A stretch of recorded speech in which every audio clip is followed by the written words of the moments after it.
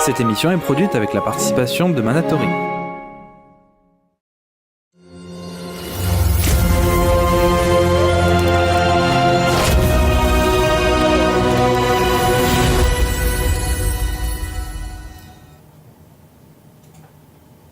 Salut tout le monde. Coucou. On est de retour, c'est l'été mais on est toujours là. Toujours là, fidèle au poste. Voilà, je suis Sophie et voici mon fidèle accompagnateur qui a gagné une belle place dans ce nouveau Ouais, canapé. t'as vu ça, hein C'est Kevin qui est toujours là. Bonjour à tous. Fini le foot, retour aux séries, C'est retour au sérieux. exactement. Parce que là on est du sérieux, on a du lourd. Hein, parce que vous noterez notre bronzage, enfin surtout le mien. J'ai beaucoup regardé la télé et pas beaucoup vu le soleil pour l'instant. Je suis un peu le vampire de l'émission. Et on a plein de choses à vous dire. Ouais. Parce qu'il s'est passé des choses. Notamment, il y a eu des nominations pour les Emmy hier. Il y a Exactement, plein de quelques nouvelles séries qui ont petites news, commencé. Une petite news casting aussi, hein. Une série qu'on aime beaucoup. Kevin vous a teasé tout à l'heure de quoi on allait vous parler. En même temps, c'est pas une surprise. Donc, on va vous parler aussi des quelques nouveautés de l'été qui nous ont tapé dans l'œil. Et on fera aussi quelque chose qu'on n'a jamais fait, c'est-à-dire on va vous parler d'une vieille série, enfin d'une vieille future nouveauté. Ouais, future nouveauté. Hein. Et comme la série arrive bientôt, on a décidé de revenir aux origines de la série et de parler de Gilmore Girls. Gilmore Girls. Ouais. Attention. Il y a tellement de revival en fait en ce moment qu'on s'est dit c'était l'occasion C'est de l'occasion. reparler de certaines séries. Elles reviennent tout le temps au goût du jour. Et peut-être vous les faire découvrir. Quoi. Et je tenais à vous annoncer aussi qu'il s'agit de l'épisode 9 de Café Série. Oui. Et donc comme dans Game of Thrones, c'est l'épisode 9, il va y avoir des morts. C'est l'épisode de la bataille. Ça. C'est ça, c'est l'épisode où il se passe plein de choses. Donc il y a déjà eu un mort. C'est Rocco. C'est ça. Paix à son âme. Rocco nous a quittés dans d'atroces Rocco, souffrances. si tu nous regardes. Et on verra si les autres tiennent jusqu'au bout de l'émission. On va voir. On sait pas, ça s'annonce épique. Il y a Rocco l'épisode Junior 9, qui a voilà. remplacé. Bon, trêve de plaisanterie, on commence tout de suite avec... c'est bon Jeff? Oui? L'Expresso. Bon, Ok, allez, donc vas-y. premier news casting, une série quand même énormément, c'est la série Fargo. On sait donc qui va jouer le premier rôle féminin pour la saison 3 de Fargo, donc qui est prévu l'année prochaine, donc en 2017. Il s'agit de Carrie Coon, de la série The Leftovers, une série qu'on aime également, qu'on aime On aime beaucoup tout. également. Et l'actrice, c'est super. Ah ouais, c'est vraiment une super Ouais. actrice. Donc dans cette saison 3, elle va incarner un personnage qui s'appelle Gloria Burgle, qui est la chef de police de la ville d'Eden Valley. Et son personnage est décrit comme une mère célibataire, fraîchement divorcée, qui a du mal à comprendre le monde autour d'elle. Et c'est un monde où les gens sont plus intimement connectés à leur téléphone qu'aux gens devant eux. Ça existe pas. Non. On Tout le connaît monde joue pas. à Pokémon Go. Maintenant, des C'est gens comme ça, c'est fini. Hein. C'est ça, les gens sont chauds. Voilà, c'est très détaillé, je trouve, comme description des Ouais, personnages. Je suis c'est- très curieux de savoir où est-ce qu'ils vont nous emmener C'est avec un tout peu ça. bizarre, mais bon, de toute façon, il y a Fargo et il y a Carrie Coon, de toute façon, on y va. Donc, Exactement, ouais. Peu importe. Voilà. Pour rappel, elle va rejoindre déjà Evan McGregor, casting, qui lui va incarner deux personnages. Ça, je suis Ok. très curieux de voir comment Un ça va se personnage qui est goupiller. pas tout seul dans sa tête ou deux C'est deux frères. Normalement, il joue deux frères. Donc, il va sans doute se Ah grimer ouais. et tout. Mais apparemment, c'est pas des jumeaux. Donc Pas les jumeaux c'est maléfiques. pas des parce jumeaux. que j'aime bien. C'est des frères ça donc paraît d'âge sympa. différents. Je sais pas trop comment Ah ça ouais. va se goupiller. Bon, après, voilà. On fait confiance à Fargo quand même Ouais, pour non, de nous toute emmener façon, dans le territoire. Même si la description du rôle nous paraît un peu bizarre, de toute façon, c'est un peu le principe de la série. Exactement. Donc, en même temps, ça sera bien. Il n'y a pas On de a problème. hâte. 2017, c'est long encore. 2017, c'est long, exactement. En attendant, avant 2017, il va bientôt y avoir les Emmy Awards. Pas tout de suite, ça, c'est le 18 septembre. Mais quand même, cette semaine, il y a eu les annonces Exactement. des Des nominations. D'ailleurs, les annonces, ça a été assez festif parce qu'il y avait Miss Gilmore, Laquelle l'actrice. Laquelle La maman. Rory, Non, Lorelai. Ça y est, voilà. Je perds mes mots. Tout le camp. Comment elle s'appelle? Lauren Graham. Lauren Graham a présenté on avait la photo de Jeff, si tu sais où c'est. Ouais. Voilà. Ah, c'était la maîtresse Elle- de cérémonie. La maîtresse de cérémonie. Avec le comique à côté là. Ouais, de Blackish. De Blackish, voilà. Apparemment, elle a fait que se marrer tout le temps. Ça a été, les journalistes avaient l'air assez agacés, mais bon, bref, moi je l'aime bien quand même. Elle peut Bon, ça va, faut se ricaner, c'est détendre pas aussi grave. un peu, les gars. C'est juste. C'est pas grave. Et donc, il y a eu plein d'annonces. Et toi, celle qui t'a... En fait, ils ont eu beaucoup d'annonces de séries dont on a parlé au sein de l'émission. En fait, ils ont pris tous les c'est épisodes ça, de je pense Café qu'ils Série. regardent Café Série. Hein, Et c'est ça, moi je pense. C'est Ils se certain. sont dit, s'ils ont fait la review, c'est bon, c'est qu'on peut le mettre dans Exactement, ouais, c'est approuvé par Café Série. Donc on peut les nominer aux Emmy Awards. Donc bon, on va pas vous sortir toute la liste parce qu'il y a What 1000 catégories et What 1000 nominés dans catégorie. Donc on vous a fait une petite sélection. La première, il s'agit donc de Mr. Robot, voilà, qui est nommé dans la catégorie meilleur drama. Et Rami Malek qui est aussi nommé dans la catégorie meilleur acteur dans un drama. Ouais.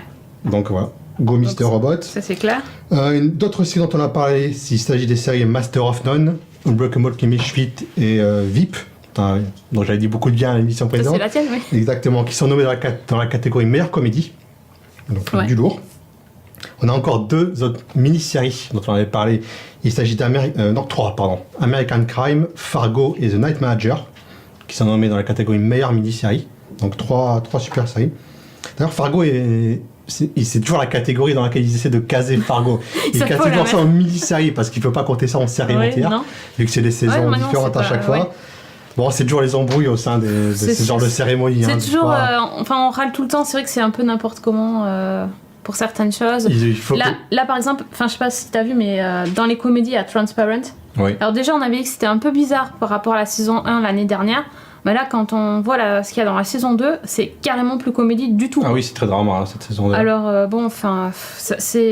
a des choses comme ça qui sont assez... Il y a tellement de lourd en fait dans la catégorie meilleur drama. Oui, après, la catégorie drama, c'est juste énorme, donc forcément, mais bon, quand même, c'est un peu bizarre. Je vais continuer une petite liste là. De toute façon, dans les acteurs, on a donc Aziz Ansari de Master of None qui est nommé dans la catégorie meilleur acteur dans une comédie. Il a ses chances, je pense, Aziz Ansari. Il peut gagner un truc. Dans la catégorie meilleure actrice dans une comédie, nous avons donc Ellie Kemper de Unbreakable Kimmy Schmidt et Julia Louis-Dreyfus de VIP. Bon, Julia Dreyfus, c'est l'habituée de la catégorie. Elle squatte tous les ans. Tout le temps, ça fait 5 ou 6 ans de suite qu'elle est nommée et c'est elle qui gagne le plus souvent. Ah oui, c'est ça. Donc on va voir, peut-être que cette fois-ci ça va changer. T'as l'image, Jeff, s'il te plaît, des actrices, juste pour voir qui c'est qu'il y avait. Voilà, les 6 nommés. Laurie Metcalf de la série Getting On 5, j'aime beaucoup d'ailleurs. Ouais, moi j'aime. Moi j'aime bien, c'est un petit peu grinçant, ça me plaît. C'est sympathique. Ouais. Là encore, ça va peut-être plus disputé que prévu. Peut-être qu'Amy Schumer peut créer la surprise dans cette catégorie-là. Elle est vraiment très très en vogue aux États-Unis, Amy Schumer. Ouais, c'est vrai. Elle peut gagner un truc là-dessus.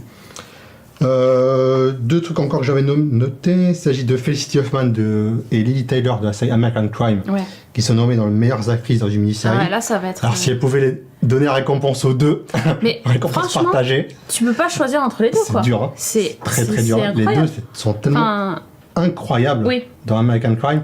Ça va être très très dur de les partager. On a déjà vu des ça a déjà arrivé, ouais. Ouais, peut-être. Franchement, ça. C'est au Golden Globe, je crois que c'était arrivé peut-être aux Oscars. Ouais.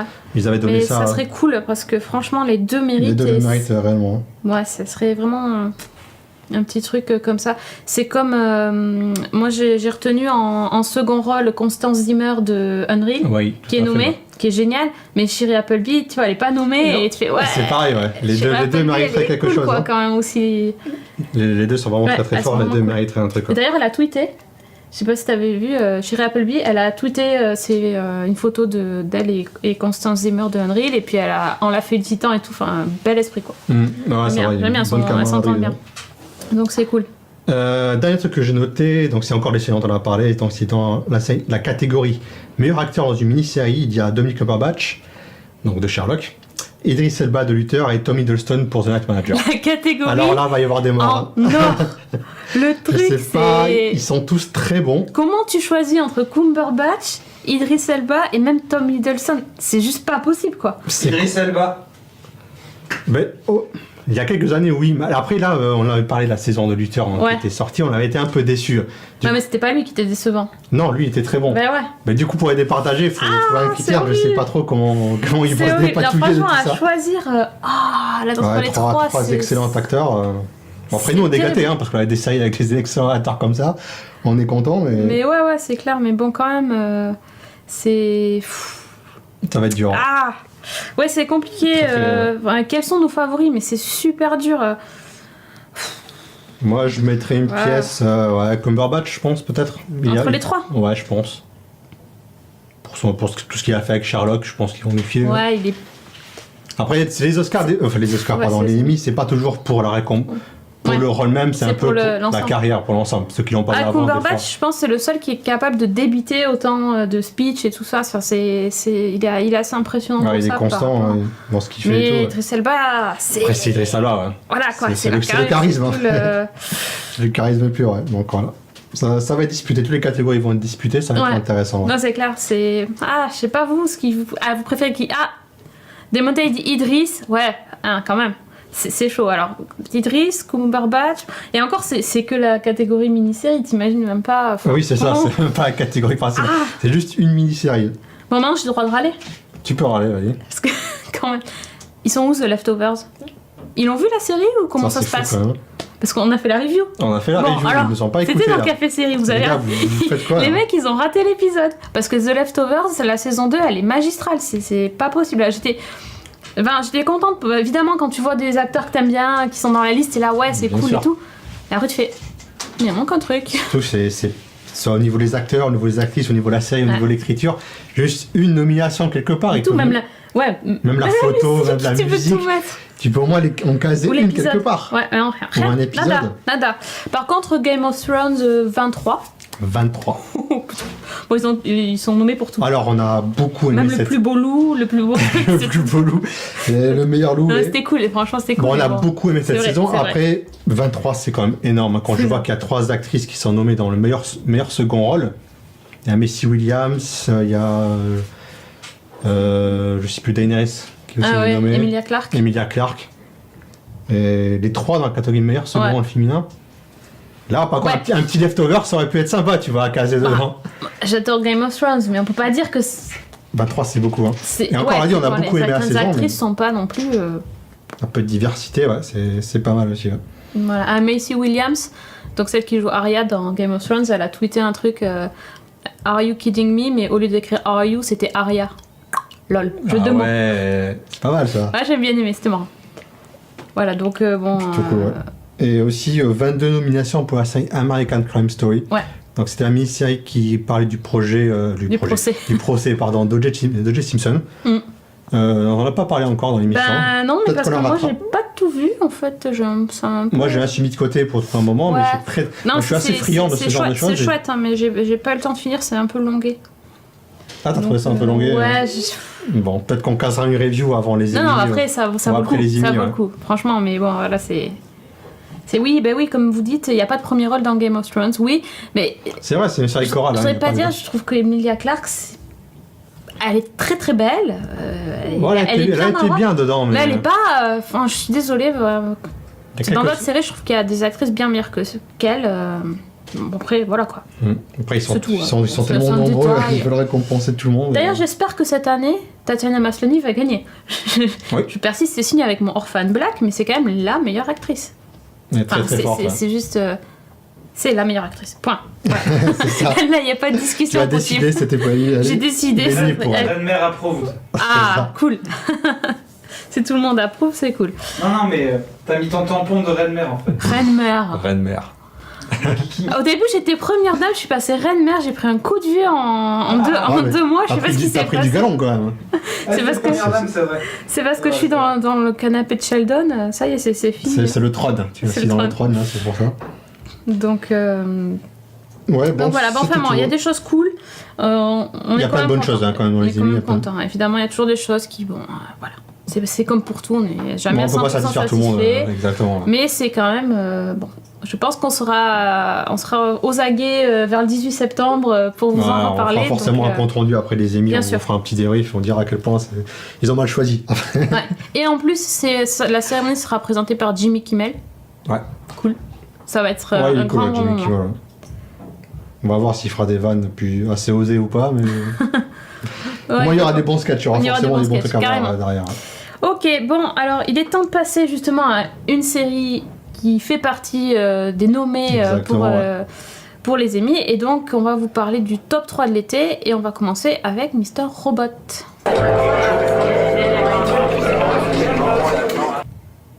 Enfin, on va parler de Mr. Robot, enfin, doucement, tranquillement, hein, partez pas tout de suite, on va pas C'est ça. spoiler.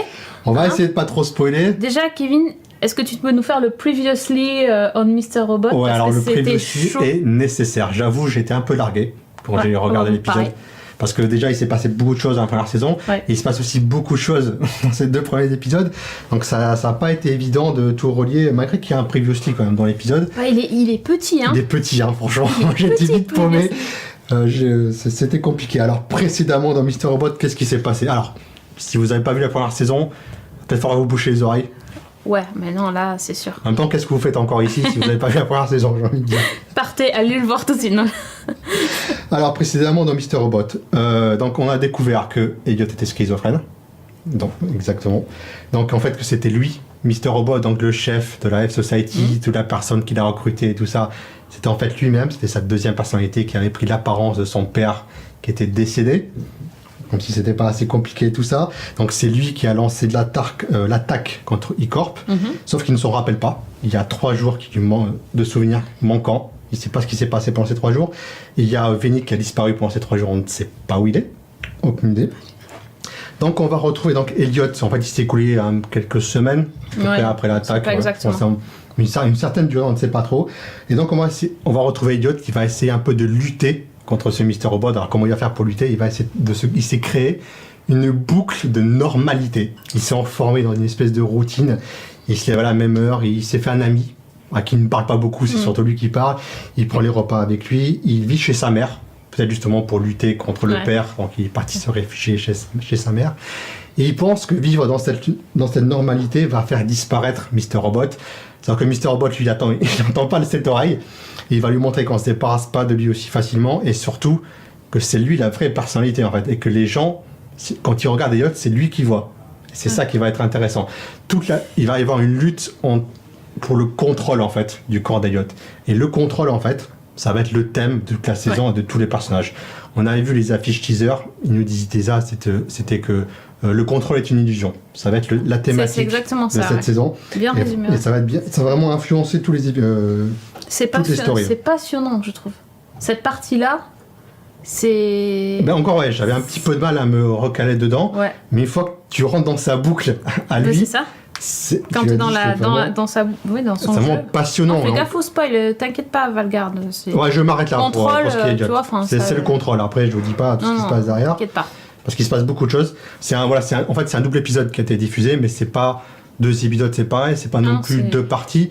C'est réellement un long épisode en fait qui a été juste coupé en 2 avec une sorte d'entracte. Intermission.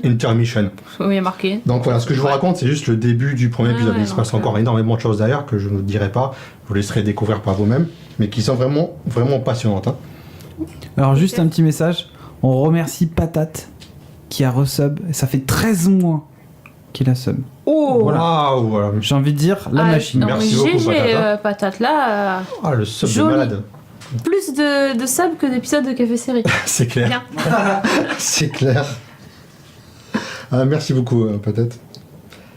Donc c'est la thématique de la saison, ça va vraiment être le contrôle, donc ça va influencer vraiment toutes les storylines que l'on va avoir. Donc on a vu celle d'Elliot, donc on va voir aussi forcément E-Corp qui a été victime d'un hack gigantesque. Et eux, de leur côté, vont essayer justement de récupérer le contrôle de la situation, parce que là, ça va pas très bien pour eux. Le public se retourne contre eux. Normalement, on l'a vu dans la crise financière il y a quelques années, quand les banques sont dans la merde, elles vont se tourner vers le gouvernement. Là, le gouvernement, c'est un peu chaud pour eux, ils vont pas forcément les aider. Ouais. Donc eux aussi, ils perdent le contrôle, donc ils vont essayer de regagner le contrôle à leur tour. On a donc F Society aussi, donc qui était au centre des événements avec ce hack. Eux aussi, ils vont essayer de gagner le contrôle. D'établir leur contrôle. Ils ont fait un coup. Ils ont fait un coup, mais il faut suivre derrière. Ouais. Mais il va aussi établir une sorte de contrôle sur l'image qu'ils projettent, parce qu'il y a une espèce d'appropriation donc de toute l'iconographie de FT Society, des masques et tout ça, par le public. Ça a un petit peu détérioré l'image, tout le monde se prend en selfie avec les masques de F Society. Eux, ça leur plaît pas trop, ils vont essayer un petit peu donc de regagner le contrôle de ce message-là. C'est ça. De remontrer qu'ils sont une force sur laquelle il faut compter. C'est montrer vraiment que va être la vraie révolution. Ça va pas être simple pour eux quand même, de ce côté-là. Et on a aussi le personnage d'Angela, donc qui était la meilleure amie d'Elliot dans la première saison, qui elle va, à la fin de la première saison, elle va rejoindre E-Corp pour essayer de faire tomber un peu le système de l'intérieur, parce que E-Corp est un peu comme Elliot, est responsable de la mort de son père, de sa mère. C'est sa mère et lui c'était son père. Et lui c'est son père, ça. Donc Elle va essayer de faire tomber E-Corp de l'intérieur. Sauf qu'elle va se rendre compte qu'une fois qu'elle est à l'intérieur, finalement, elle n'est pas si mal que ça. C'est compliqué, ouais. C'est compliqué. Et donc elle, on va voir, ça va être le contrôle pour l'âme d'Angela, je pense, dans cette saison. On va voir qui va gagner, si ça va être E-Corp ou si elle qui va... Il y a un beau plan dans l'épisode 2 où elle est tout en blanc et tous les autres sont habillés en noir. Oui. Dans le bureau de E-Corp et tu fais ah ouais, il y a un truc. Il y a un truc là sur mais le encore une fois, la mise en scène, la façon dont sont composés les plans, la structure, est incroyable. C'est un tableau parfois. C'est un tableau, en fait, il y a plein de... Tout le message passe parfois dans la façon dont se disposent les différents personnages, les vêtements qu'ils portent, les couleurs, comme tu disais, avec elle qui est habillée en blanc et les autres en noir. C'est vraiment un tableau, la mise en scène. C'est donc tous les épisodes sont réalisés par Sam Esmail, qui est donc le créateur de la série. Il a réalisé tous les épisodes. Il réalise tout, j'imagine la masse de travail pour écrire et réaliser tout ça. Il n'a pas tout écrit par contre, il a dit.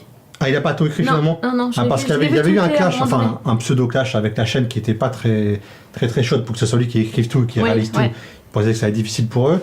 Ouais, mais justement, je l'ai vu tout à l'heure, il a tweeté en disant qu'il avait tout réalisé, mais qu'il avait quand même pas tout écrit. On se dit, bon, c'est pas une machine, ça va. Bon, mais donc en gros, il a fait les synopsis et c'est quelqu'un d'autre qui a rédigé en fait derrière les épisodes, mais c'est vraiment sa patte derrière. Donc vraiment, l'image est fantastique, la photographie photo. Ça a même presque augmenté d'un plan. On est presque dans un opéra. J'ai l'impression. Mais du coup, c'est un peu.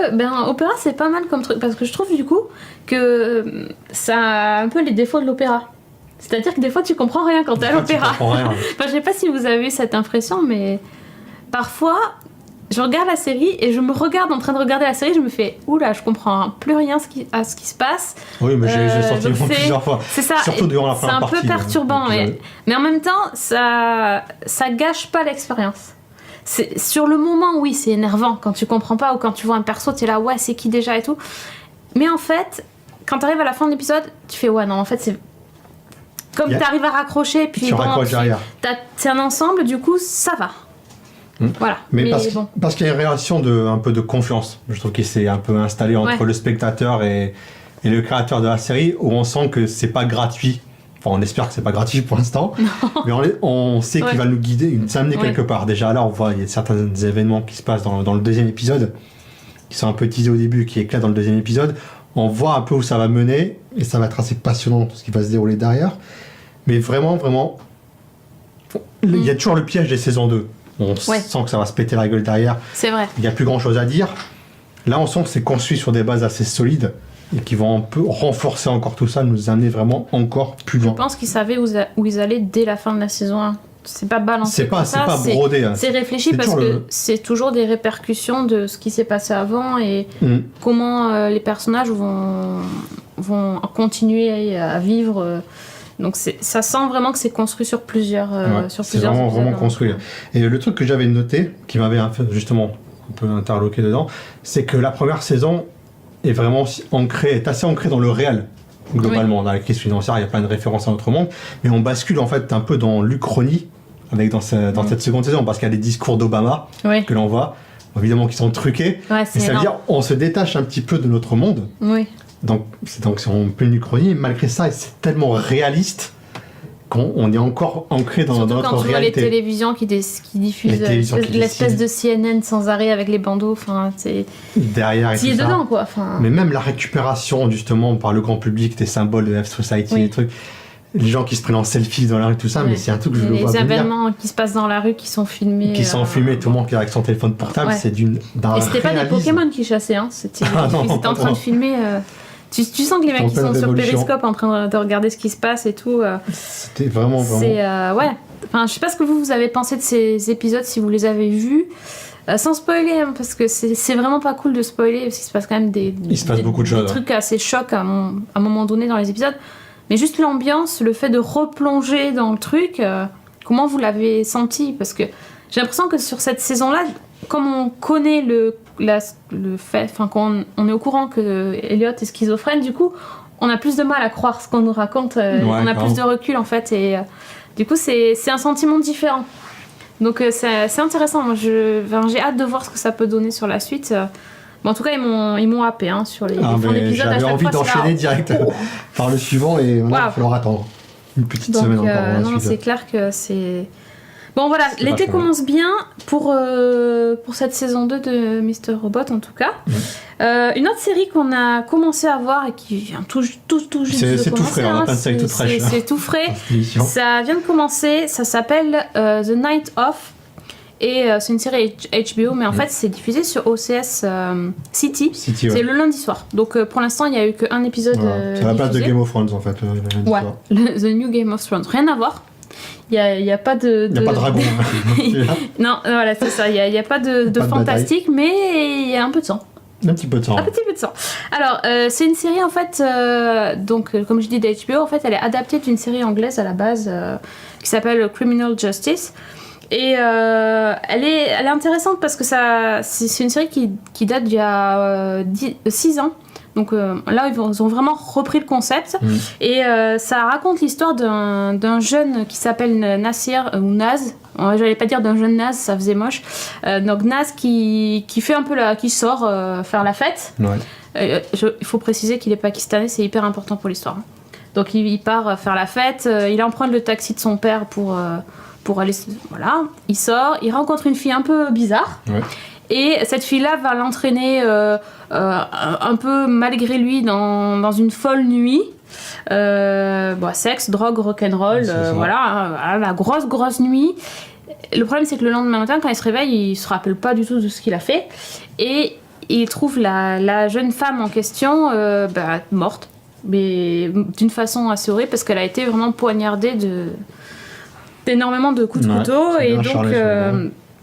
Et donc en fait The Night Of, c'est la nuit de ce jeune homme là Nasir, qui en fait c'est pas, il est innocent, hein, on nous l'explique quand même, enfin on pense qu'il est innocent, mais on n'est même pas sûr. Il se rappelle pas de ce qui s'est déroulé. Il se rappelle pas ce qui s'est passé, mais il va se retrouver... Ça correspond pas au profil en fait, voilà. c'est quand même un le gentil truc c'est qu'il va garçon se sans retrouver, histoire. c'est ça. Il va se retrouver embarqué dans une histoire assez terrible. Voilà, malgré lui. Et donc en fait on va suivre son parcours toute cette nuit, puis les suites donc, au commissariat, comment il va se retrouver au commissariat par des circonstances aussi assez folles, hein, parce qu'on aurait pu penser qu'il aurait pu s'échapper, mais non, alors, il est rattrapé par le truc, c'est assez... Oui, il n'a pas de chance. Et vraiment on suit étape par étape ce qu'il y arrive. C'est dans le détail, on a l'impression presque qu'on est avec lui. Oui, on le suit durant toute la nuit depuis. Jusqu'au moment où on va rencontrer son avocat, un avocat qui va essayer qui va décider de lui porter secours, qui croit qu'il est innocent et qui va essayer de faire quelque chose. C'est un avocat assez spécial, hein. Bon, mais ça vous verrez. Et puis je pense qu'on n'a pas tout vu de cet avocat-là. En tout cas, c'est un petit bijou. Moi, j'ai trouvé que c'est un petit bijou. C'est un truc, je m'attendais pas à ça. Je ne connaissais rien, moi je connaissais pas la série Criminal Justice, ni rien. Ouais, The Night Of, tu es là, oui, c'est bizarre comme titre, qu'est-ce qui se passe? Et dès que ça commence, on se prend. Encore une fois, la mise en scène est fantastique, donc elle t'aide à rentrer dans la série. Terrible, hein. Les personnages de Naz est assez attachant en fait, donc tu vas le suivre. Tu sais pas du tout ce qui va se passer. Toute cette histoire de crime et tout ça, tu n'as pas la moindre idée de ce qui va se passer avant de voir la série. Donc tu le suis dans son périple et tu subis la chose en même temps que lui. Et tu te retrouves un peu enfermé en prison avec lui en fait. Et t'as envie qu'on te sorte de là. Et la façon dont le personnage de l'avocat arrive, un peu comme la figure qui va te sauver, est assez incroyable. Généralement, ce genre de série, l'histoire est racontée souvent du point de vue de l'avocat. C'est lui en fait la star. Et en fait là, pas du tout. L'avocat, tu ne le vois pas avant plus la moitié de l'épisode. Tout à fait. Même la première fois que tu le vois, c'est juste une silhouette en arrière-plan. Tu le vois de dos. C'est énorme la façon dont le plan est magnifique. Et vraiment, il arrive encore quelques scènes plus tard derrière pour l'aider réellement. Donc déjà, la mise en scène up, la photographie est sublime, les acteurs sont très bons. Mais voilà, ça suffit en fait finalement. Mais ça suffit. Ça suffit amplement, c'est l'alchimie. En fait, il se passe pas, c'est pas haletant dans ce non, il n'y a pas les sirènes de police à fond, le mec il court pas comme un dingue, il n'y a pas de course-poursuite. Mais par contre... c'est un petit peu old school, mais c'est tellement bien fait que tu es forcément happé par cette histoire. Et tu suis le truc de bout en haut. C'est ce gamin, enfin c'est un gamin quoi, il a 19 ans ou 20 ans. Oui, il y a quelque chose comme ça. Il connaît rien, il a jamais rien fait de mal de sa vie, qui se retrouve embarqué et traité comme un meurtrier, où il passe vraiment par toutes les étapes. On a tellement l'habitude de voir ça, les empreintes, le photo là, le mugshot, les vêtements, la fouille et tout. Mais alors là, c'est montré d'une façon tellement crue et réaliste que c'est comme si on le découvrait la première fois. Comme si on n'avait jamais mis les pieds dans un commissariat, si on n'avait jamais vu aucune série criminelle, et t'es là avec lui, et t'as qu'une envie, c'est qu'il s'en sorte, et ben on sait pas. On sait pas s'il va s'en sortir. On a 8 épisodes. Parce que vu comment c'est parti, ça va être compliqué. Ça va être mal barré. Ça va être très compliqué. Hein. Et donc il y a que 8 épisodes, c'est une mini-série. Voilà. Ben, écoutez, tant mieux, on sait que ça va être bouclé au bout de 8 épisodes, ils vont pas rallonger le mystère derrière.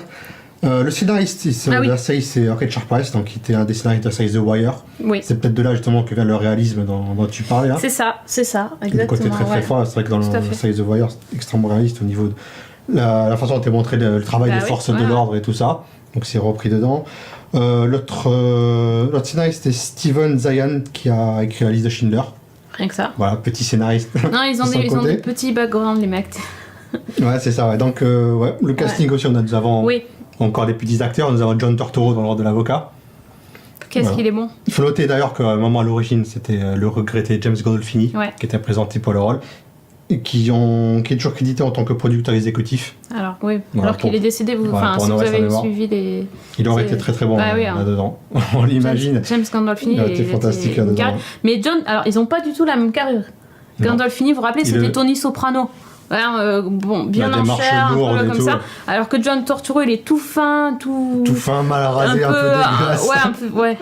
Il fait un peu genre un Doctor Who, mais à la dérive. Ah oui, mais bien. Avec son impère et tout. Et il fait pas avocat en fait. Non, il fait un peu SDF. Un peu clodo. Un peu.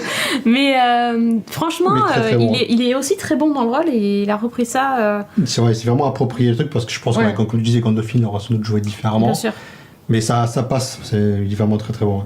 Dans le rôle de Naz, nous avons Riz Ahmed, que nous allons découvrir dans le prochain Star Wars, Rogue One. Rien que ça. Avec ça, donc lui aussi, je pense que sa carrière risque d'exploser tout bientôt. On va vraiment en entendre parler. Parce que on va le voir partout. C'est un acteur très très bon la façon dont il va aussi être dans Bourne.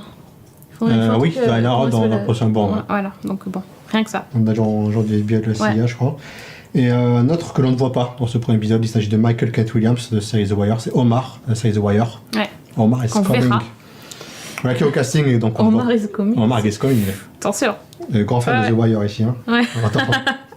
Non, c'est clair. Donc il n'y a que du bon. Il n'y a que du bon. C'est ça finalement. Mais c'est un petit bijou de chez HBO. C'est vrai que ça. On l'attendait. La chaîne avait subi des critiques parce qu'ils avaient annulé pas mal de séries. Ils ont annulé la série Vinyl, dont on avait parlé la dernière fois.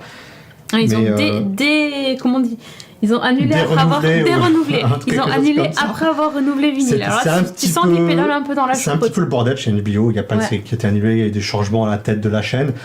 Il y a la série Westworld qui va arriver bientôt. Là aussi, il y a eu quelques remous pendant les tournages. On sent qu'ils misent beaucoup dessus. Et on est content quand même qu'ils arrivent quand même malgré tout ça à lancer des... j'ai pas envie de dire des petites séries parce que c'est quand même moins... Comment dire, il y a moins grand profil que Westworld, que Game of Thrones par exemple. Game of Thrones, c'est sûr. Mais c'est des petits bijoux comme ça qui pour moi font la marque d'HBO et que j'aimerais bien qu'ils en fassent davantage au final. De toute façon, avec tout le fric que génère Game of Thrones, après tout, tu vois, ils peuvent aussi réutiliser tout ça pour fournir des petites séries moins tape à l'œil, mais qui sont tout aussi géniales. C'est la marque de la chaîne. Là. C'est autre chose. C'est une autre proposition, mais c'est vraiment très très agréable. Donc voilà. Donc c'est cool. On suivez la série, nous The Night Of, donc allez-y, c'est sur OCS City en plus. On peut pas se refuser ça, franchement. Ou sinon c'est sur HBO, si vous avez un cousin américain. C'est ça. Allez-y, vraiment tout de suite, c'est ça. La dernière série qu'on a commencé à regarder ce mois de juillet s'appelle American Gothic, c'est sur CBS. Alors, vous connaissez peut-être American Gothic, le tableau. Alors Jeff, est-ce que tu peux montrer le tableau? Attention. Au lieu de raconter ta vie dans la chatroom et de parler de je sais pas quoi là, voilà. Donc ça c'est le tableau. Donc la série n'a rien à voir avec ce tableau. Rien à voir. American Gothic, c'est aussi un film. Alors, un film Jeff. Ah, il suit pas. J'arrive. Ah, mais c'est long. Hein. Voilà. Ça donne envie. Rien à voir. Le film ressemble au tableau, mais non, ça n'a rien à voir.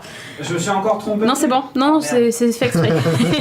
Et American Gothic, c'est aussi une série de 1995. Wow, ça ne rajeunit pas. Ouh. Ah, j'adore cet acteur. Ouais. Il est dans VIP d'ailleurs, je vous le dis. Je dis rien. Il peut pas s'empêcher de Le la spot placer. partout, Bon, ouais. et ben c'est pas cette série non plus, parce que celle-là c'est celle de 95, et ça parlait du diable, etc. Donc rien à voir non plus. Donc, American Gothic, ça raconte en fait l'histoire d'une famille qui s'appelle la famille Hawthorne. T'as une photo, Jeff, pour montrer la tête qu'ils ont, les Hawthorne? Alors, j'ai Non, la- ça c'est Ça, l'affiche. ouais. Donc la maison avec les racines, Plutôt joli l'affiche. pas mal, bien vu. Voilà. Ouh, cette tronche. On dirait un Daniel Radcliffe avec beaucoup de Non, barbe. en fait c'est Dexter à la fin de la saison. Ah oui, le À la bûcheron. fin de la série. On a le bûcheron à droite. Donc la famille Hawthorne, c'est en fait une famille hyper riche de Boston. Qui ont plein d'enfants, machin. Enfin, c'est une grande famille Ouais, qui une vit grande famille. plus ou moins tous ensemble dans un grand manoir, etc. Et il y a une des filles qui veut se présenter aux élections, donc bon, ils sont tous un peu réunis pour faire ça. Et il se trouve que deux enfants de la famille vont découvrir dans le garage ou dans la, je sais plus dans quelle pièce, bref, la remise derrière. dans la remise des clochettes. Ok, le pitch de fou. Alors en fait, ces clochettes, ça, c'est en fait le signe d'un tueur en série. Attention, qui a sévi des années auparavant. Et ils en retrouvent tout un carton dans cette remise et tout ça. Et donc ils vont commencer à se dire qu'il y a certainement un tueur en série qui est parmi les membres de leur famille.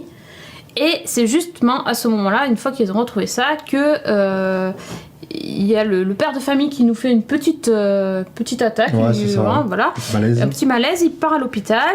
Et donc on commence à se poser des questions, machin, c'est bizarre, rien de plus. Et là, quand le fameux bûcheron barbu, on remonte le bûcheron barbu parce qu'il a mis son déguisement, c'était magnifique. Ah. Le bûcheron barbu, qui est le fils aîné de la famille, Oui. qui s'appelle, comment il s'appelle, Cam, je crois. Je sais plus, bref. Le fils aîné de la famille revient après 13 ans ou 14 ans d'absence. Et pour montrer qu'il est un peu ténébreux et qu'il fait un peu peur, ils lui ont mis une barbe et une chemise de bûcheron. Et donc on sent ouais, le bout, on sent le mec au passé mystérieux, donc on commence à se dire ah ben non attends, peut-être ça serait lui le tueur. Peut-être. Bref, voilà. Nous sommes dans une histoire de classique de qui est le tueur. Qui est le tueur, ouais. Plus ces histoires familiales. Qui est le tueur comment il s'appelle, enfin, le Silver Bell Killer. Le tueur à la- SBK. à la- J'adore parce qu'ils disent le SBK. Le SBK. La SBK. Ils étaient expliqués. C'est trop marrant. Et en parallèle, la police va retrouver un ceinture, en fait, un bout de cadavre avec de la ceinture qui Voilà, a parce que le tueur, en fait, il étranglait ses victimes avec une ceinture, en fait. Sans Donc qu'on n'a l'enquête- jamais retrouvé Voilà, l'arme ils n'ont du tueur. jamais retrouvé le tueur en série. La police commence à enquêter sur un tueur, le tueur en série alors qu'ils avaient arrêté depuis des années. Voilà. La famille commence à se demander si c'est pas l'un d'entre eux. Oui, parce que quand le tueur est arrêté, subitement, justement, le bûcheron, et lui est parti, tu vois. Ouais, il Donc, y a les plein de choses qui suspicions se sont autour de lui. passées. Le timing un peu correspond. Voilà, on se demande alors qui est-ce, etc. Le père qui dès qu'il apprend qu'ils ont retrouvé quelque chose du tueur, nous fait une attaque. Le bûcheron barbu qui revient après 13 ans. On voit aussi qu'il y a le petit-fils de la famille qui a des tendances bien Un peu particulier, hein.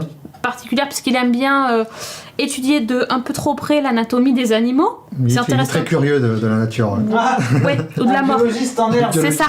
Exactement. Un gamin que t'aimerais pas faire du babysitting, que t'aimerais pas garder le soir, vraiment, Le gamin de vraiment pas. l'enfer. Donc c'est une famille un peu chelou quoi. Un peu bizarre. Hein, voilà. D'où le petit poster qui est du coup vachement bien trouvé avec le beau manoir et toutes les racines. Les racines ensanglantées. ensanglantées. Donc en fait ils ont tous des secrets. Alors bon, ça c'est le truc un peu sopesque de l'été. Avec un petit soupçon de policier, de drame familial. Mhm. C'est assez plaisant, franchement, mais c'est à prendre. Tu as vu un ou deux épisodes, hein? 2, T'as vu les deux? non 3. Ah, moi j'en ai vu que 3. deux. J'ai bien aimé le premier épisode, je trouvais que c'est intéressant. C'est vrai que moi je suis un peu friand. Ouais, t'aimes bien? J'étais là, ça va être ma petite friandise de Ouais. l'été, tu vois. Je vais regarder ça tranquille sans me prendre la tête. Mhm. L'histoire familiale, les acteurs sont plutôt Ouais. bons dans l'ensemble. Oui, oui. Ça fonctionne assez. Le côté serial killer va me faire suivre la série. En revanche, j'ai un petit peu déchanté au deuxième épisode où j'ai trouvé le temps très très Un peu long. long. Un peu long. Très très long. En fait, on retombe un peu dans les clichés habituels de qui le tueur. En fait, on Oui. a 50 000 fausses pistes. On sait que ça va être un enchaînement de fausses pistes Oui. jusqu'à la révélation finale. Donc voilà, c'est ça. C'est enfin pour moi c'est le problème C'est ou le problème. ou pas. C'est-à-dire que si tu acceptes les règles du jeu, tu vas te détendre et tu vas te marrer parce que Ouais. dès le premier épisode tu fais ouais. c'est bon, ils vont te faire croire que c'est le père, allez, c'est pas le père, tu vois. Machin, c'est toujours Oui, un mais il y peu... avait un truc autour du père justement qui m'avait fait un peu Ouais. accrocher. Tu sens qu'il y avait des trucs qui tu étaient pas sais dit. que toutes les fausses pistes, jusqu'au dernier épisode, ça sera fausse piste sur fausse piste, tu le sais, d'entrée. C'est ça, peut-être j'aurais attendu C'est trop. un peu le truc. Il manquait un petit grain de folie, Ouais. j'ai trouvé, pour suivre la chose. Il y a quand même 13 épisodes. Bon, alors. Oui, déjà, c'est une mini-série, comme je Ouais, le disais tout à l'heure. 13 épisodes, ça ils sera ont le temps bouclé de à la boucler fin. leur truc, ils ont le temps de relancer l'enquête, pourquoi pas quoi. Enfin, Ça se suit. ça m'a fait penser un peu à The Family, que j'ai bien Oui. aimé sur. C'était ABC, je crois, avec le gamin Oui, qui tout à a fait. été enlevé et qui revient. C'était un peu le même style avec la famille qui essaye de. Enfin, une partie de la famille qui essaye de gagner des élections, donc cette histoire d'apparence, de comment se comporter, est-ce qu'on dit la vérité ou pas, est-ce qu'on cache au public, est-ce qu'on se sert de ça et tout. C'est un petit côté The Family que j'ai bien aimé. Alors, est-ce que je vais aller jusqu'au bout des 13 ? Je sais pas. Parce que C'est ça la question. il est possible que je râle un petit peu au bout en me disant oh non, Ah, mais quand pourquoi même, j'ai là, regardé c'est 13 gros, hein. épisodes pour Là, tout c'est quand ça, même gros, mais ouais, quand même quoi. Ouais. Oui, alors les gens ils disent dans la chatroom que c'est l'acteur de Banshee. Ben oui, il Oui, s'appelle tout à fait. Anthony Starr. Il joue C'est le ça. shérif dans Banshee. Ouais.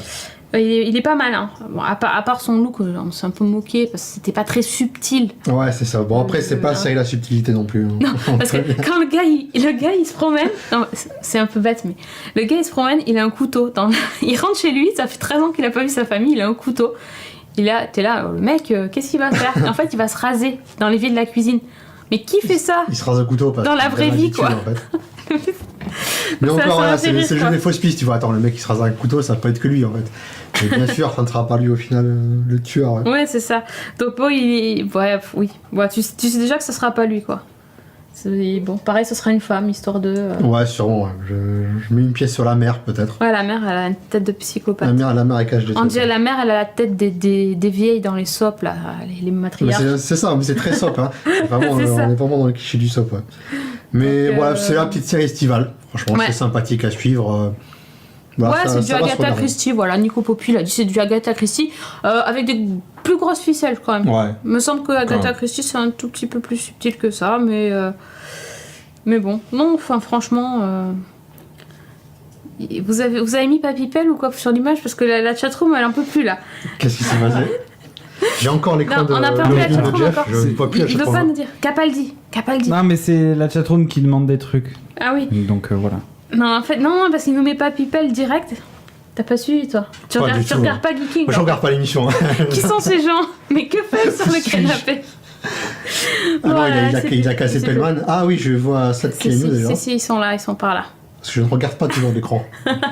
Il vaut mieux pas regarder. J'ai Bon, remarqué la ça de chatroom, Kému, quand et- vous aurez fini de rigoler, on va passer à la suite, hein, parce que bon, le temps passe et on n'a toujours pas parlé de notre série du Ouais, moment. ouais. Juste au casting, il y a aussi Justin Chadwick. Ah, pardon, oui. Et très ça, important. si vous vous rappelez de lui, c'est lui qui jouait Sangoku dans le film Dragon Ball Evolution. Je voulais la caser cette fille. Je pensais qu'il allait nous citer Shameless, même pas, non. Non, mais le cinéma, c'est large, tu vois. Ouais, Faut parler de cinéma, tout, tu c'est vois. ça, c'est ça. Parlons de tout. C'est ma petite touche supplémentaire. La Kevin Touch. Il nous cite Dragon Ball, c'est beau. Dragon Ball Evolution. Évolution. s'il te plaît. On n'aurait pas déjà Le grand cité la film, dernière ouais. fois. Si, hein. On en a parlé dans Ah la vache, ça va être notre marronnier.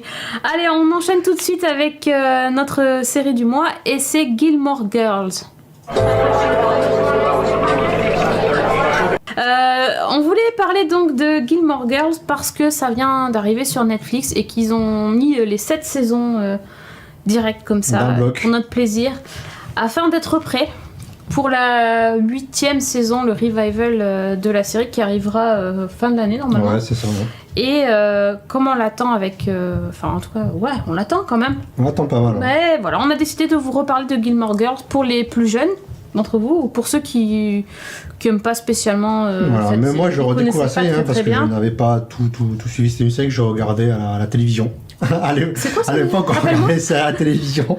Molotov, J'ai regardé non, ça c'est pas en VF sur Série France 2. Club, je crois, à l'époque. Ah ouais. Série Club quand même. Je crois Parce que moi que c'était c'est France 2, tu vois, c'est encore pire. Ah non. Ah ouais, moi c'était sur pas France 2 direct, quoi, tu vois. C'était. Ouais. On est encore analogique à l'époque. Type cathodique et tout. Mais ouais, c'est ça, parce que c'est vrai que cette saison, ça date de quand ? Je veux pas noter la date. Je vais Aux dire une alentours de bêtise, 2000, hein, je pense, un truc comme ça. Un non peu avant, je pense. Non. Même encore avant. Je sais pas. Bref, c'était une série de la WB qui n'existe déjà plus. Alors, pour vous dire que c'est une vieille série. Ouais. Et créée par Amy Sherman Palladino. qui est reconnu pour la qualité de ses dialogues. Ah oui. Et C'est un Gilmore délice. Girls, c'est vraiment une série de dialogue et d'ambiance en De fait. romance et de gros, répartie à de la répartie, seconde. c'est ça. Et donc ça raconte l'histoire d'une mère et sa fille, donc Lorelai et Rory Gilmore, donc, qui donnent leur nom à la série, qui habitent dans la toute petite ville de Stars Hollow où tout le monde se connaît. Et en fait on suit leur quotidien qui est rythmé par l'école, les cafés, très important. Ah oui. Donc, la série a tout à fait sa place dans notre émission C'est parce ça. qu'ils passent leur C'est une série temps café à série. boire du café. Et ce que je préfère, c'est les assemblées. Alors, je sais pas comment on peut appeler ça, les réunions de Stars Hollow là, par la mairie, espèce de conseil municipal où ils passent leur temps à C'est très s'engueuler. américain, ça. C'est très très drôle. Et bon, franchement, c'est une série hyper simple. Il n'y a pas de storyline spécifique. Alors bon, quand même que Lorelai, c'est une jeune mère qui a la fille est une adolescente, Rory. Elle a eu sa fille à 16 ans. Contre l'avis évidemment de ses parents, avec qui elle s'est brouillée suite à ça. Forcément, ils n'ont pas trop apprécié que Voilà. leur fille Ses tombe parents, voilà, enceinte. c'est des gens très riches. Très riche, très bourgeois, très bourgeois. très dans le comme il faut, le qu'en dira-t-on, etc. Ils sont vraiment très soucieux des apparences. Et donc Lorelai a coupé les ponts avec ses parents, a élevé seule sa fille. Ouais, il n'y a pas trop de différence.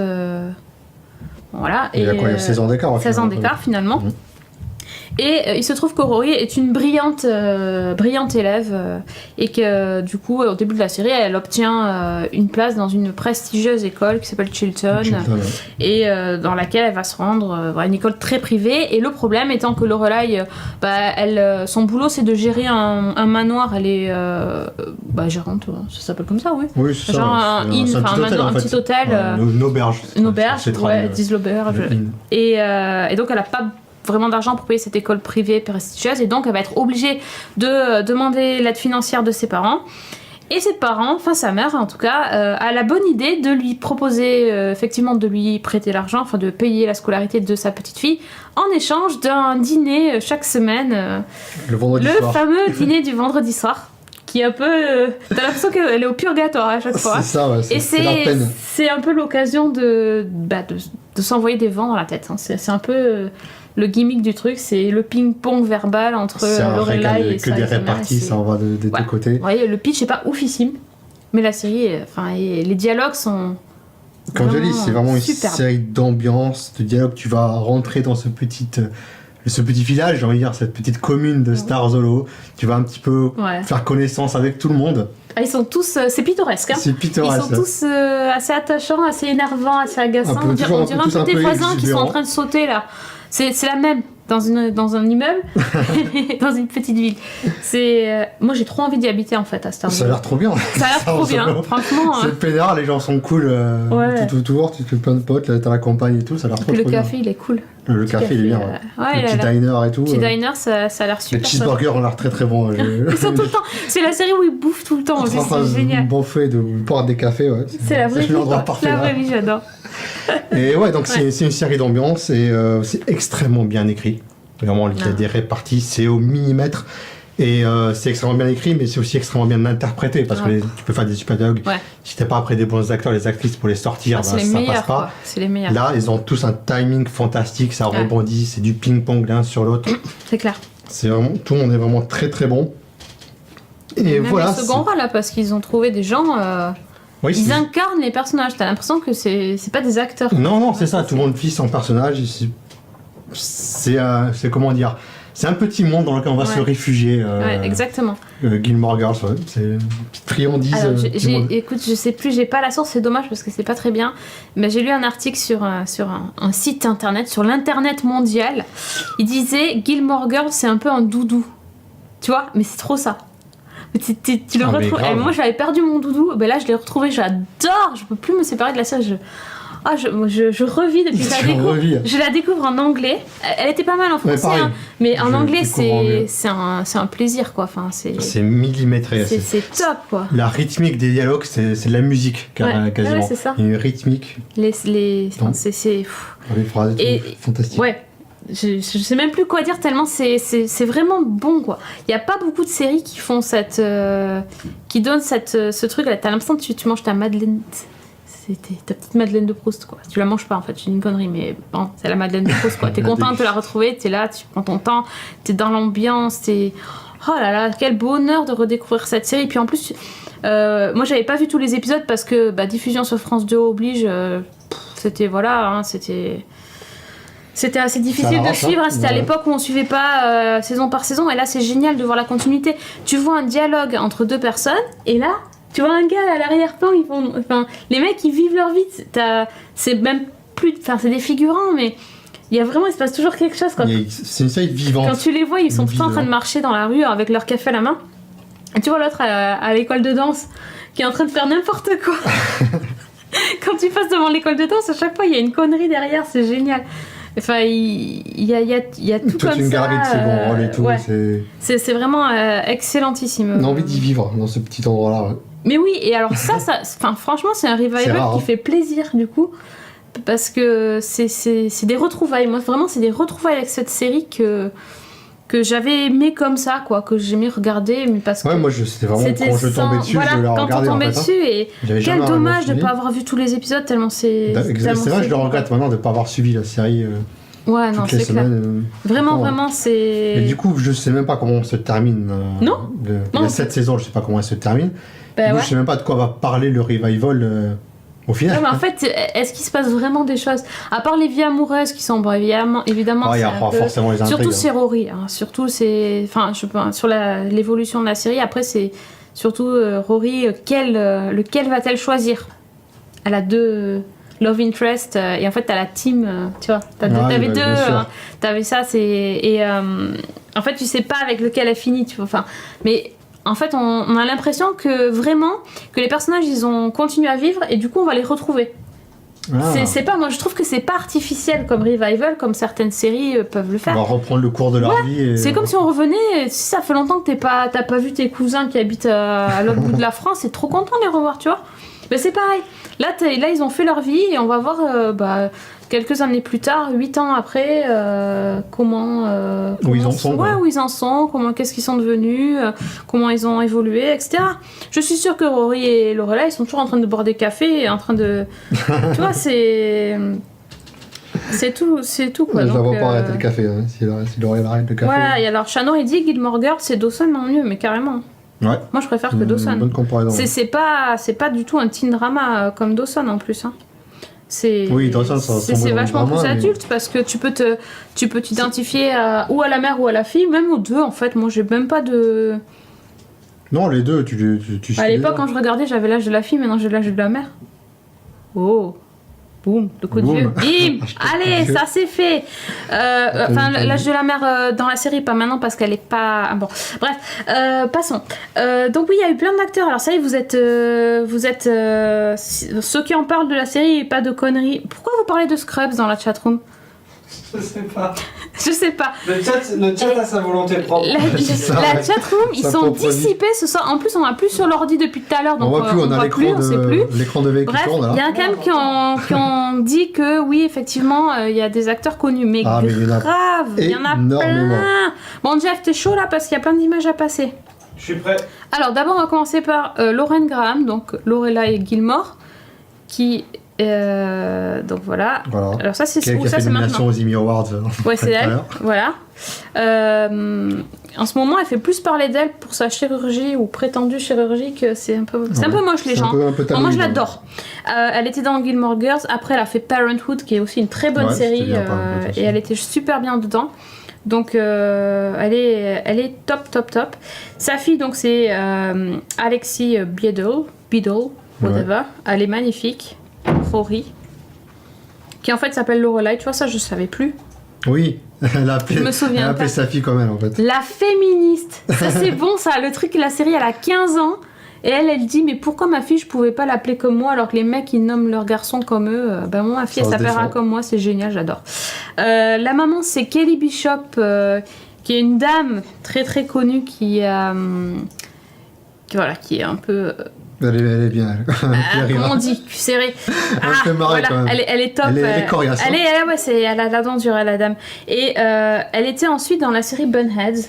Alors ça, je pense que t'as pas vu Bunheads. C'était un petit peu quand même beaucoup une série de filles et que j'ai adoré parce que c'était une série sur la danse. Kay Bishop, en fait, c'est une danseuse. Elle a joué dans Bunheads, qui est la série de Amy Sherman Palladino qu'elle a faite après Gilmore Girls et qui parlait de danse, et elle tenait une école de danse justement dans la série. Ouais. Et ça ressemblait vraiment à... C'était la même ambiance. Petite ville et tout. Elle avait vraiment repris les codes et l'actrice... Je crois que j'ai mis une image, Jeff, une deuxième image pour Kelly Bishop, c'est l'image de Bunheads. C'est perdu ou pas? Oui. D'accord. Bon, ben vous chercherez dans mais je l'ai pas prise. Ask Google. Ah oui, voilà.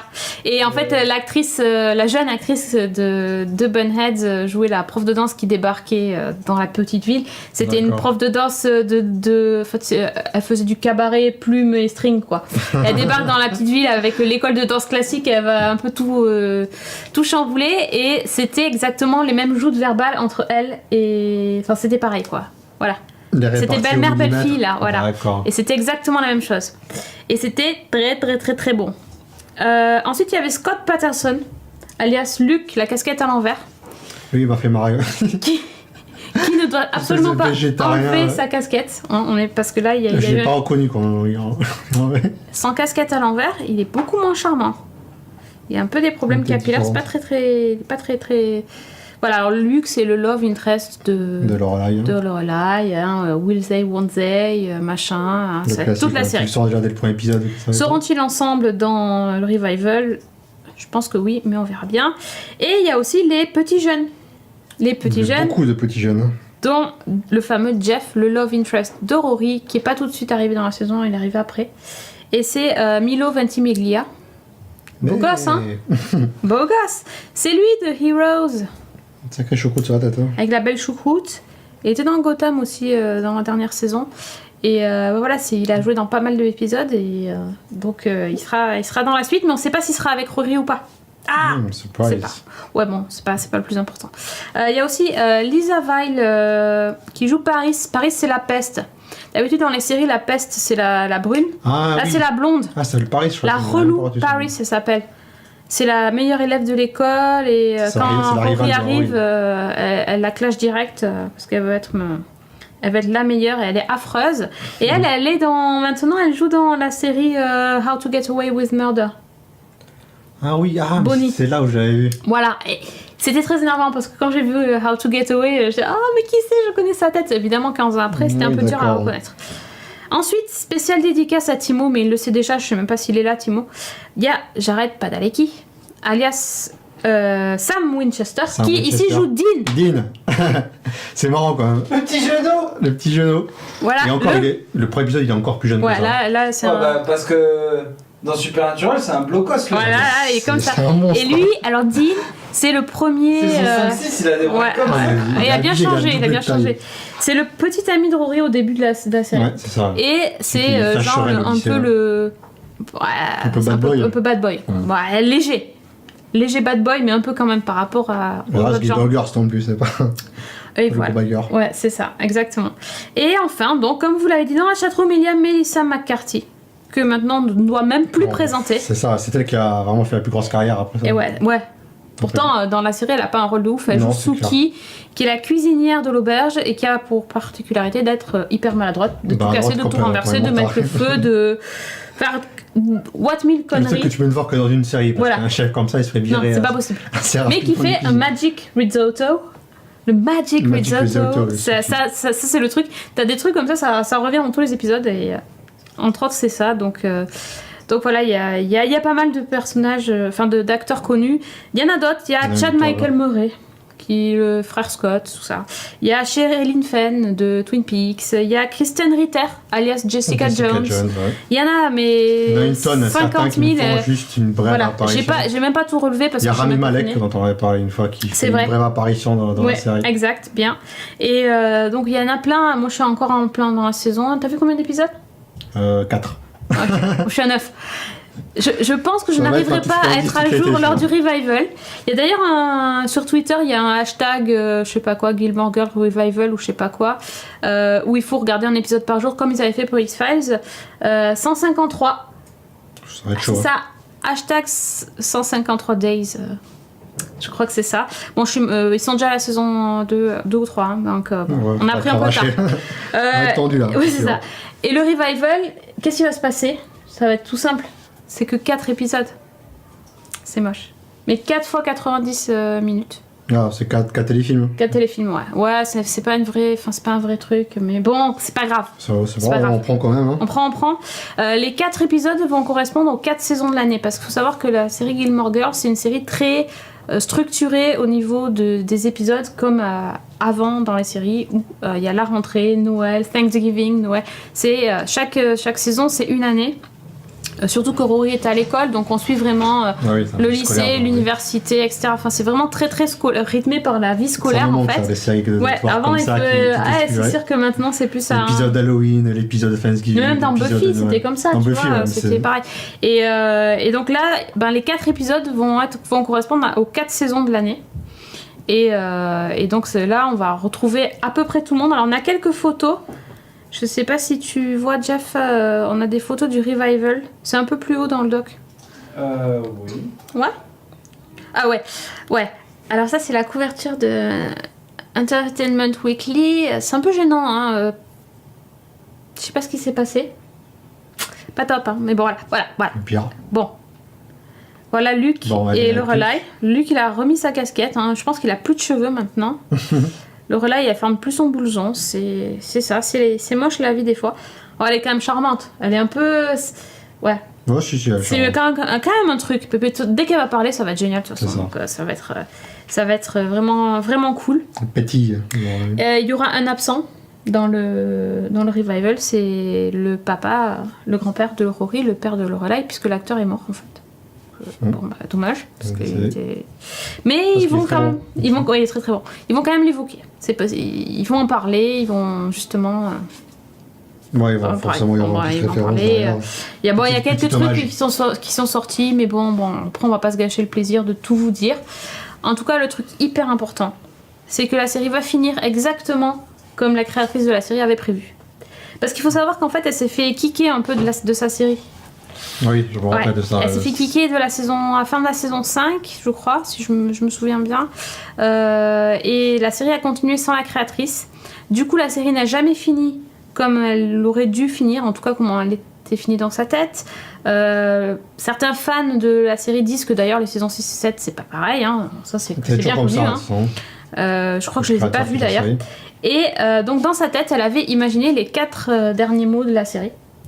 Et elle a jamais pu le faire. Et donc là, c'est l'occasion pour elle de le faire. Et personne ne connaît les 4 derniers mots. Même Lauren Graham. Tout le monde a essayé de lui soutirer des infos. La seule info qu'elle a réussi à obtenir, en fait, depuis le début, on pensait que ça serait Lorelai qui allait dire les 4 derniers mots, parce que c'est quand même l'héroïne de la série. Et en fait, ça serait 2 personnes qui parlent. C'est tout ce qu'on sait, hein. C'est vraiment le truc. Donc est-ce que c'est 2... les 2, hein. Dans les héroïnes, sans doute. Pour boucler la boucle. Je pense. Mais je vois un truc genre avec Coffee, tu vois, un truc qui a rien à voir, un truc banal, quoi. Comme quand Friends finit et qu'ils font on va prendre un café, quoi, tu vois. C'est ça, comme la vie continue, je sais pas. Parce que chercher 4 mots, tu vois, j'étais là, I love you, ça marche pas. Tu vois, enfin des trucs, je sais pas. Bref, les spéculations sont ouvertes, mais. C'est bien, j'aime cette façon un peu conceptuelle de terminer. J'aime ça, ouais, j'adore quand l'auteur il te dit, moi ma série, je sais comment finir, comme dans Harry Potter, quoi, je sais comment ça finit. On connaît la fin déjà. Donc c'est cool, quoi. Ah ben voilà, vous êtes dans la chatroom, il y en a qui nous disent c'est ça. Vous serez, la 6 et 7 est pas top. Pourquoi ça parle de striptease de Jeff là? Qu'est-ce qui se passe? On est perdu. Alors j'explique. Jeff, vas-y, fais-nous un update. Vas-y. En fait, sur la chaîne Twitch, actuellement, il y a 3999 personnes qui suivent. Et les gens disent, à 4000, Jeff ferait une météo nue. D'accord. Le matin dans GMZ, ce que j'ai pas du tout accepté. D'accord. Donc voilà. Et vous avez pas trouvé plus sympa que ça? Un slip vert, tu sais, pour faire le fond vert. 4000, ah ouais, ça serait cool. Ah, par contre, il y a 4000. Ah, c'est quand même, c'est énorme. C'est un beau chiffre. Ouais, d'ailleurs, on nous suggère de faire un épisode spécial pour le 4400. Ah, c'est drôle. Ah si, c'est drôle. Les 4400, ouais, ça se tente. Ah ouais, ça se tente. Là, on va parler de la série, quoi. Ouais, faut faire un truc. Ouais, on va réfléchir. Magnifique. Donc voilà, bon, ben, je sais pas si vous avez risotto avec un cookéo. C'est pas pareil. C'est pas le même. Ah, le crossover, tu sais, les réflexes. Geeking, il y a des références de geeking dans les geeking. On va plus s'en sortir. Je crois qu'on est dans une boucle temporelle. C'est Inception. Ah là là là là, tout s'enchaîne, c'est magnifique. En tout cas, si vous avez jamais vu Gilmore Girls parce que vous êtes soit trop jeune, soit que vous pensiez que c'était qu'une série de filles, Kevin vous confirme? Oui, c'est un peu ce que je pensais. J'étais jeune encore et tout. C'est pas qu'une série de filles, c'est une série qui parle de la vie et de café. Bien. Et de café, là on peut s'identifier au café comme ceci. Et puis donc, c'est tellement bien écrit, c'est un régal. On rigole plein de fois pendant les épisodes. Non, c'est vraiment cool. Puis voilà, vu les événements aussi un peu difficiles. Prenez votre doudou. Arrêtez, voilà. Hier par exemple, c'est la série parfaite. C'est la série parfaite. Des fois, t'as envie de débrancher BFM. Mais voilà, regardez Gilmore Girls. Moi j'ai regardé Gilmore Girls aujourd'hui, et ben, ça m'a fait du bien, je vous le dis. Ben, J'étais bien content. Je te confirme. C'était un très bon. Pas antidote parce que ça guérit pas, mais ça fait un peu. C'est un petit doudou. Moi j'aime bien cette série doudou, ça me plaît. Charlie Brown, sa petite couverture. Voilà, donc allez-y en plus sur Netflix, les 7 saisons. Oui, voilà, on vous tient au jus si on arrive à rattraper le retard, mais j'ai un petit doute. On termine cette émission quand même avec la fameuse rubrique qui revient. Elle nous avait manqué. Cause de foot dans les épisodes précédents. On n'avait pas eu le temps de faire le What Else. Mais là, Kevin, il a bossé là. Il va nous parler de quelqu'un. Mais je vous laisse. J'étais plus inspiré. Ouais, c'est ça. Il était inspiré, donc on y va tout de suite. C'est le What Else. Yeah. Ah. Ça y est, j'ai vaincu. Ok. Donc c'est l'heure de la rubrique What Else. Donc c'est donc la rubrique où l'on revient sur un acteur ou une actrice qui nous plaît dans l'une des séries dont on a parlé. Ce mois-ci, donc pour le retour du What Else, j'ai décidé de m'intéresser à l'acteur Craig Robinson. Craig Robinson qui a un petit rôle dans le deuxième épisode donc de cette deuxième saison de Mr. Robot, et dont le rôle devrait être un peu plus important par la suite. Donc on ne sait pas trop pourquoi. Ah, c'est donc lui. Ah oui, d'accord, ok. Non, je savais pas qui c'était, moi. Tu ne connaissais pas? Moi, c'est un acteur. Mais quoi, il fait dans VIP ou dans Dragon Ball Evolution? Je sais pas. Non, c'est un acteur comique que j'aime énormément. Il est dans, tu vas voir, j'ai plein de séries que tu as forcément vues. Il est dans plein de films comiques autour de la bande de Seth Rogen, John Hill et tout ça. Ok. Donc c'est un humour que j'aime énormément. Donc c'est un acteur que j'aime beaucoup et donc j'ai voulu un petit peu retracer sa carrière. D'accord. Essayer de vous faire découvrir, vous l'avez peut-être vu ailleurs. On va vous rafraîchir la mémoire. Donc, comme tout acteur comique, quand on fait le début de sa carrière, on commence par les petits rôles. Donc, on a des petits rôles dans des séries comiques. Oui. Donc, dans quelle grande série on peut faire un petit peu ses débuts? Il y en a plein. Il y en a plein. Et bien, il a fait dans celle où tout le monde l'a fait. Il s'agit de la série Friends. Ah, oui. Et voilà, il joue dans la dernière saison de la série. Donc, c'est la saison 10, épisode 14, qui date de 2004. Ouais. C'est l'épisode où Phoebe décide de changer de nom pour devenir la princesse Consuela Banana Hammock. Est-ce que tu te rappelles de cet épisode? C'était du grand n'importe. Le nom me dit quelque chose, effectivement. C'était après, The One with Consuela, je crois. Consuela, ouais, ok. Et en fait, voilà, il joue la personne au guichet du bureau qui est responsable du changement de nom.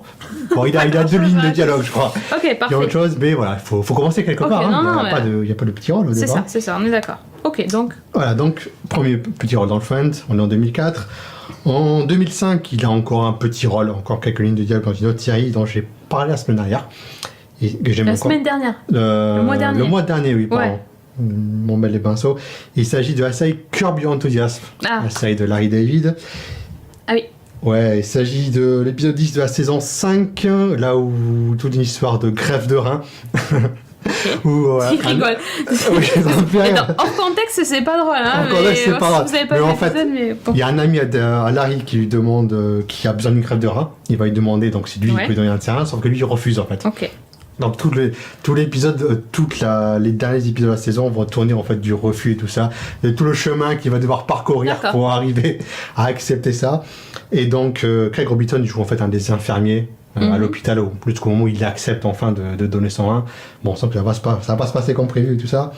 Et regardez Curb Your Enthusiasm. Okay. Ça c'est autre chose. Et VIP. Et VIP aussi. On est en 2005. Après donc, Craig Robinson va jouer un peu dans la série qui va le faire connaître véritablement à tout le monde.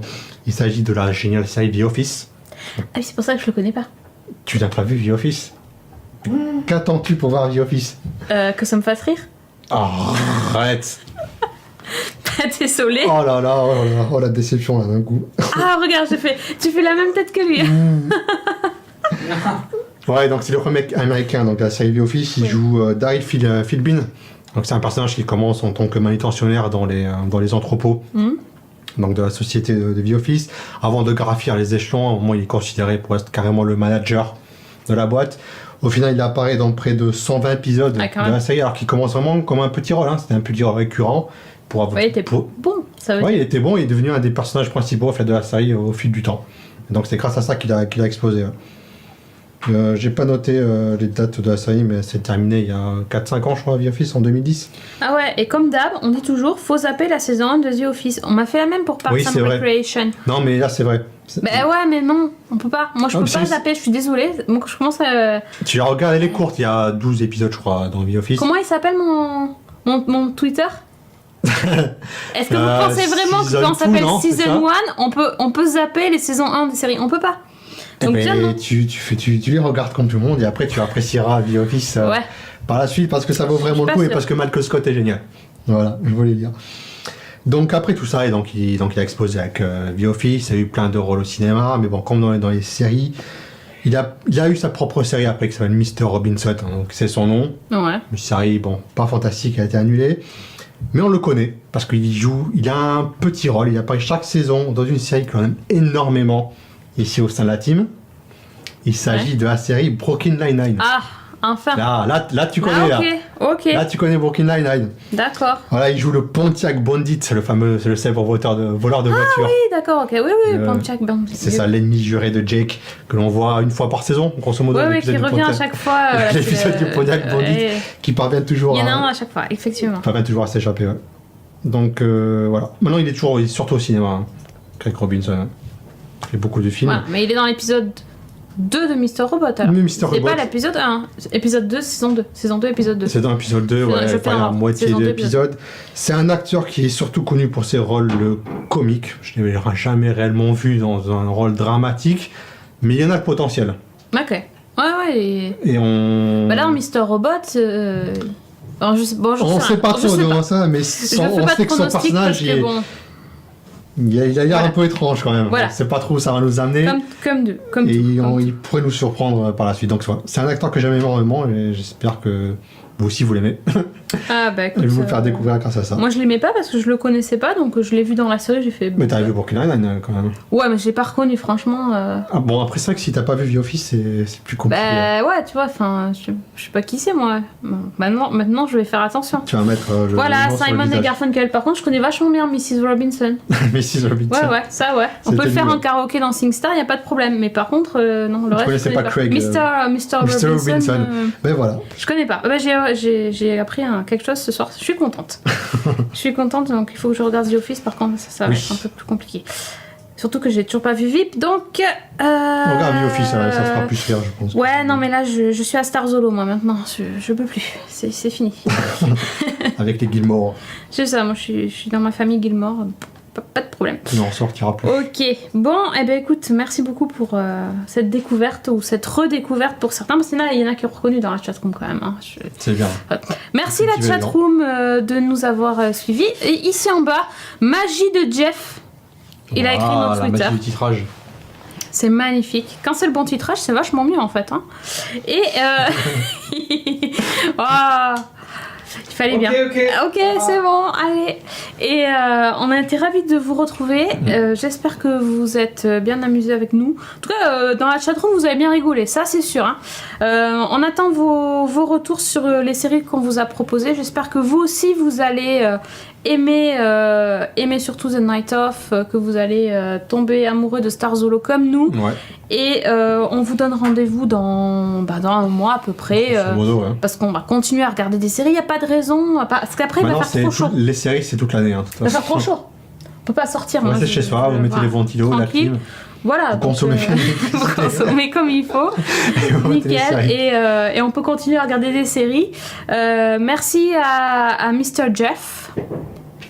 Ah, Gros feu boulot d'artifice que aussi. Et mention spéciale quand même, une petite... j'allais pas dire une minute, la minute Rocco, mais on pense à Rocco aussi, qui nous a pas du tout manqué. On apprécie le nouveau décor, donc merci à Chagnapé, à Bob le Baobab, à Canapikea et Anko pour le décor, parce qu'on est vachement mieux, on a pas mal aux fesses, tout va bien. C'était trop bien ça. Non, franchement, J'ai on pourrait dormi rester là, je 2 pense, heures ce de soir. plus. Il n'y a pas de problème. Mais bon, on va peut-être couper quand même, Jeff. Je pense qu'on va débrancher surtout ceux qui jouent à Overwatch. Et donc, on vous dit à très vite dans un nouveau Café Série. Ciao! Bye bye.